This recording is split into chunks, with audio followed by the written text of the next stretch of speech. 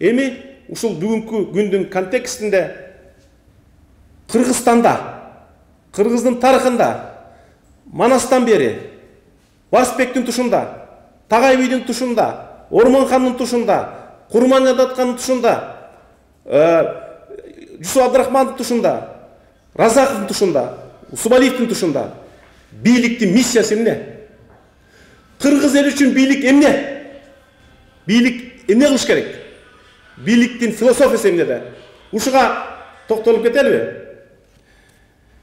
Мына эң өкүнүчтүү, биз революция кылдык деп мактанабыз. Бирок бул уят.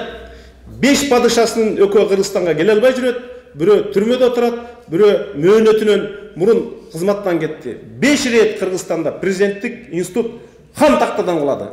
Ошо менен мактанабызбы, же уялыш керекпи, же сабак кылыш керекпи? Ушул жөнүндө ойлонуп көрсөк, Кыргыздын биринчи булагы алтын булак, бул макал лакаптар. Кыргыздарда хан жөнүндө, бий жөнүндө, падыша жөнүндө эмне деп айтылат? Сабырлуу журт башкарат дейт. Сабырлуу болсоң өсөрсүң, сабырсыз болсоң тозорсуң дейт.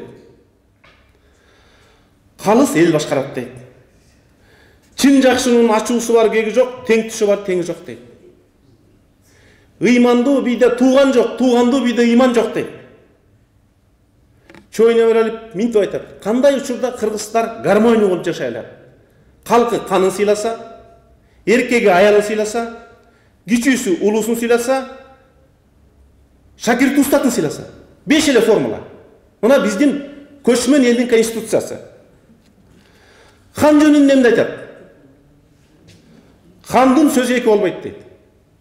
Биринчи. Экинчи, хан сөзүндө кайруу жок, калк айтпаса калп айтпайт дейт. Эң негизги макал, калк башы көпүрө болсо аттабагын дейт. Хан башы көпүрө болсо атта берин дейт. Демек, хан элге көпүрө болуш керек.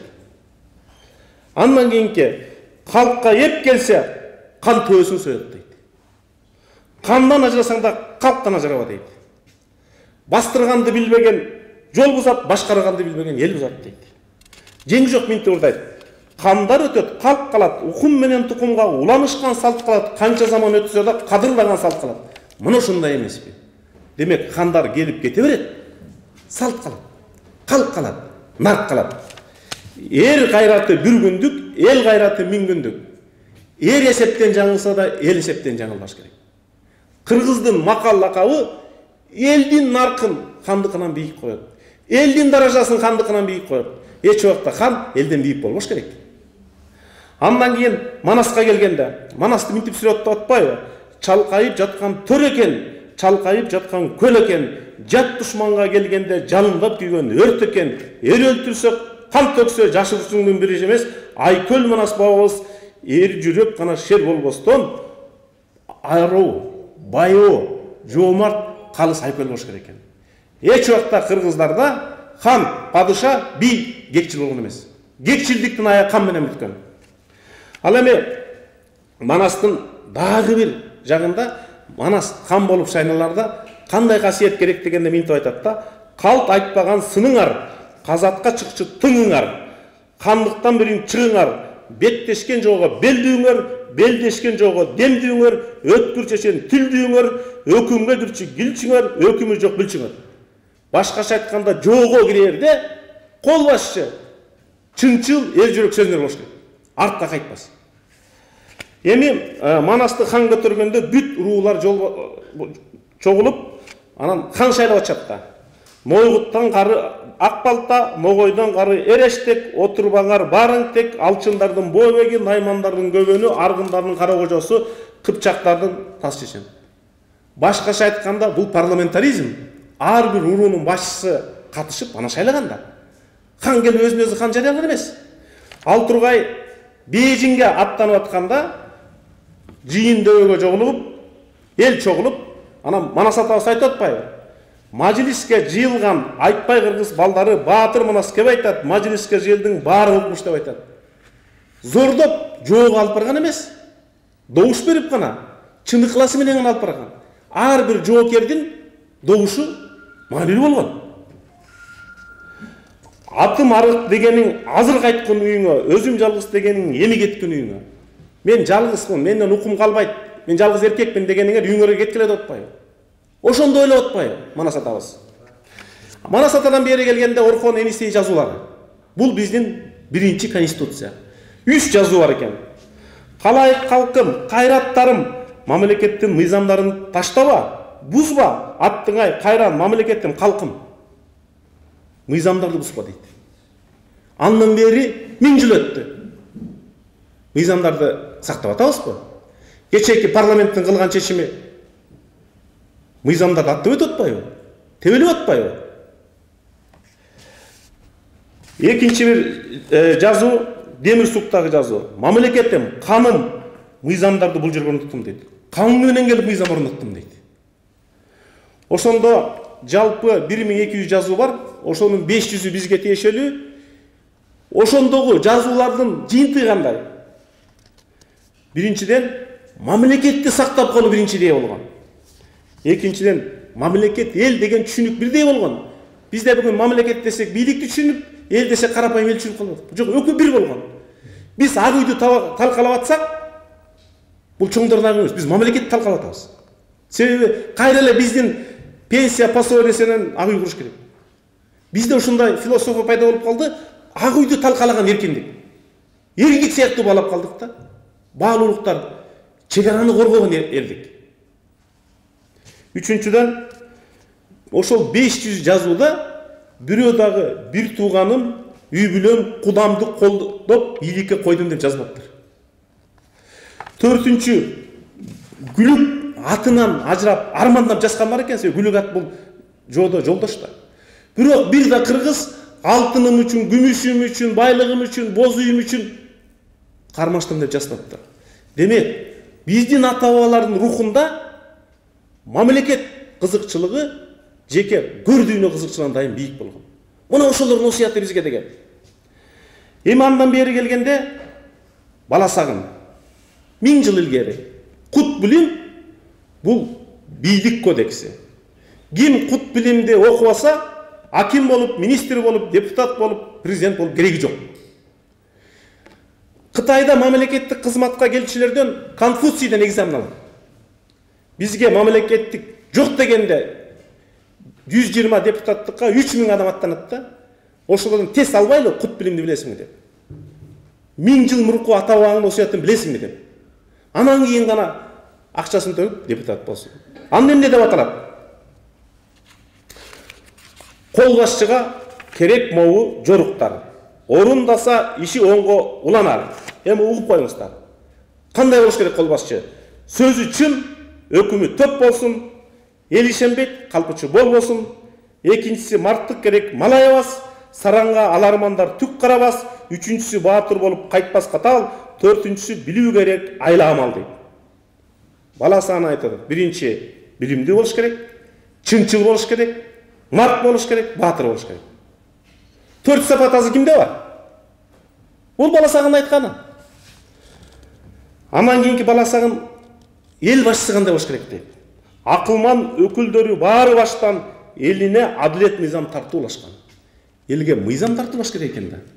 Биздикилер мыйзам тартып атпайбы? Иштеп аткан мыйзам токтотуп атпайбы? Мындан 1000 жылкы деңгээлге биз жете элекпиз мыйзамдыкты сактоо боюнча. Билим байлык түгөнбөс окуулук кишиде ушул эки артыкчылык дейт. Падыша болом деген адам биринчи окуусу, экинчи билим артык болуш керек экен. Расак сыяктуу. Окугандар акылдуу улук болсо, билимдүүгө түгөнбөс байлык колор, кыраакылы карышка көмөк берет, абийликке сак болуу өтө керек. Бийлик менен улуулук урматталат, чындык менен укукту жүрсө гана дейт. Бийлик чындыкка гана таянат экен. Чындык менен мыйзам төп келсе дайым, чериги күчтүү болот турат дайым. Чериги деген колу, байскасы. Эми акыркысы мындай экен. Бек болсун эң жөнөкөй ачык мүнөз, кечиримдүү, сактабас, ичке кегеч. Эч убакта мамлекет башына келген адам кекчил болбош керек экен. Болбосо бала кезиндеги, студент кезиндеги саясаттагы душмандарын бирден кырып, камап, эмне болуш таягы? Күч менен башкаруунун аягы эмне менен бүтөөрүн бала сагын абагыз 1000 жыл минтип мурун жазыптыр. Кылыч сүрөт коркутат, согот телкейт, күч бийлиги чыдабай көпкө түтпөйт. Күч менен кыргызды башкаруу мүмкүн эмес. Бүгүн ким АКС менен, финполиция менен, бандиттер менен, фейктер менен кыргыздарды башкарам десе, демек ал кыргызга каршы. Демек ал кыргыздын менталитетин билбейт. Демек ал кыргыздын тарыхын билбейт. Биле турган болсо баласы аны келип окусун. Анан бийликтин дагы эки тазалыгы болуш керек дейт. Биринчиси эң таза болсун күмүш, бийлик күмүштөй таза болуш керек дейт. Экинчиси мыйзам бер, элге адилет. Мыйзам жана мыйзам жана мыйзам. Эми андан бери келгенде 1508-жылы азыркы Барыскондо кыргыздын бүт кыркырууларынын курултайы болуп Тагай би бийшаланган. Тагай бийди бий кылган анын курал жарак эмес, Тагай бийди бий кылган анын калыстыгы болгон. Ал жөнүндө тарыхый эл Рашидиде жазып калтырып быйыл кыргызча которулуп чыкты да. Дагы бери келели 250-300 жыл бери Көлдүк Жетаке. Жетакенин войскасы болгон эмес. Сөз менен башкарган. Экөөнүн гана катчысы болгон, калган бешөөнүн катчысы болгон эмес. Булардын бийлик статусу болгон эмес. Булардын руханий статусу болгон. Андан бери көлдөн не деген биринчи секретарлар, не деген олигархтар өттү. Баары унутулуп калды. Генетический память деген болот. Генетикалык акыл эсте Жетаке калды. Ошолордун айткандарына таянсак, Каргаке мынтип айтат. Тууганга туура бол, тутугунга буура бол, тазалыкты суудан ал, ынтымакты туудан ал, кайратты элден ал, калбатты жерден ал. Не деген керемет. Эми Каргакенин Боронбайга айтканын кыргыздын азыркы ар бир саясатчысы жазып илип алса болот. Ал эмне деп айтат? Жолубузга сакчы бол, журтубузга башчы бол, арууру элдин курап ал, адилет карап сурап ал, көп элди көп экен деп көкөлөтпө, аз элди аз экен деп чөгөлөтпө, бирин ашыкча мактап экинчисин басынтпа, узун карап кең сана, убай салбай кең кара, айтканың жерде калбасын, канатын карып калбасын, жүрөгүн кабына, акылың табында болсун дейт.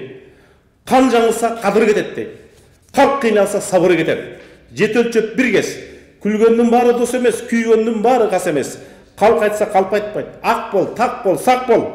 Ар бөлөдөн сак бол. Кары айтса жабыр. Канчалык кабырган кайышып турса да, калыстык деген улуу журт бар. Ошондон кайтпа дейт. Калыстыктан кайтпасаң, хандыктан кайтпайсың дейт.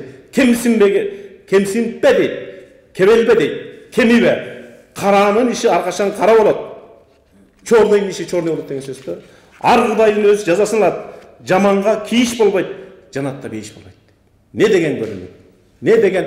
Бүгүн конституция жазам дегендер ушуну окуп коюшпайбы? Конституция жазам дегендер бирин-бири сөгүп, талашып кечит болочу. Каргакени, Тилекматакени, Боронбайга окуп коюшпайбы? Ал эми Мойтеке мынтип айтат. Аргы макты жал жок деп жолго таштап кетпеңер. Азаматта мал жок деп журтка таштап кетпеңер. Аргымак жүрүп жол күтөт, куурай чыкпас куу такыр, куурай чыгып бергенде кулунчукка өтө албайт. Өзөндү кууга тал бүтөт, өлбөгөн кулга мал бүтөт, ошол мал күткөндө иш бүтөт. Эч убакта кедей деп кедейди жолго таштап кетпеңер дейт. Бүгүн бизде ар бир 4-чү кыргыз курсагы тоя тамашпайт. Сарт экен дейт. Узарсаңар кыскарбагыла, көбөйсөңөр азайбагыла, толсоңор чайпалбагыла, чайпалсаңар төгүлбөгүлө, төгүлсөңөр бөксөрбөгүлө, бөксөрсөңөр төнбөгүлө. Тилек Бараке акелердин ичинен эң данекер элчи болгондо, бүгүнкү тышкы иштер министрлигинин эң негизги кодекси бул Тилек Баракенин сөздөрү болуш керек. Садыраке болсо Каракылды как жарган калыстыгы менен айырмаланып, калыстык сурасаң Садыраке бар деген сөз калып, акылга өлчөп иш кылган саяктардын садыры жалпы журтка дүң болгон калыстыктын кадыры дейт. Эми Карачаке укмуштайда. Карачакенин баласын эл бил коебуз десе, жамгырчыны. Жок. Менин балам бышып жетилек. Мамметтин уулу Байзакты көрсөткүлө дейт. Бүгүн ошондой саясатчы барбы? Менин баламды, инимди, кудамды, өкүл баламды кызмат койбой, жок тетиги баламды бир койгула деген. Акыркы 20 жылдан өлүп алекмин. Бийлик эптеп келишет, келип алып, менин кудам, менин өкүл балам, менин жердешим, менин таекем. Ошон үчүн өлүп жатабыз.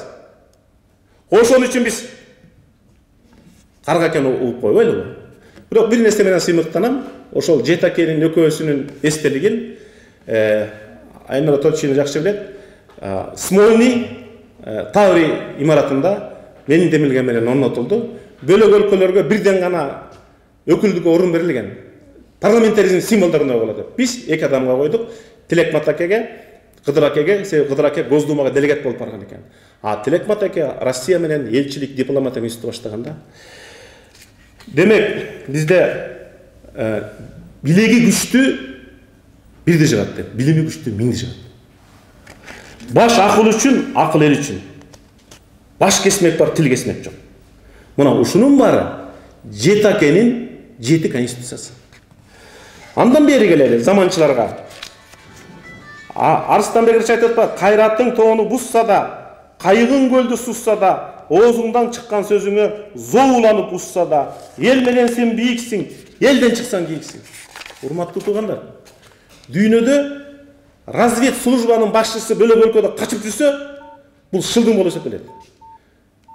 Бизде Кыргызстандын жашыруун маалыматтарын сактап жүргөн 2 генерал качып жүрөт. Бирөөсү билесиздер, мурунку КГБнын төрагасы, бирөөсү азыркы. Алар үчүн экесе уют. Мамлекет үчүн андан да уят.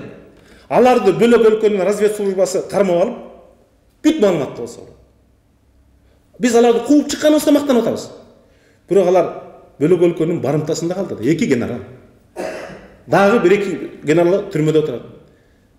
Бир генералы Батукаев салып алып аэропортто жүрөт. Мен мунун баарын табаалайын деп эмес, ызаман айтып атам. Ошон бар кайталанбашыбыз керек. Бүгүнкү мамлекет курам. Себеби бүгүн Кыргызстанда легитимдүү бийлик дегеле жок. Жарым жартылай өкмөт, президенттин милдетин аткаруучу, мөөнөтү бүткөн парламент.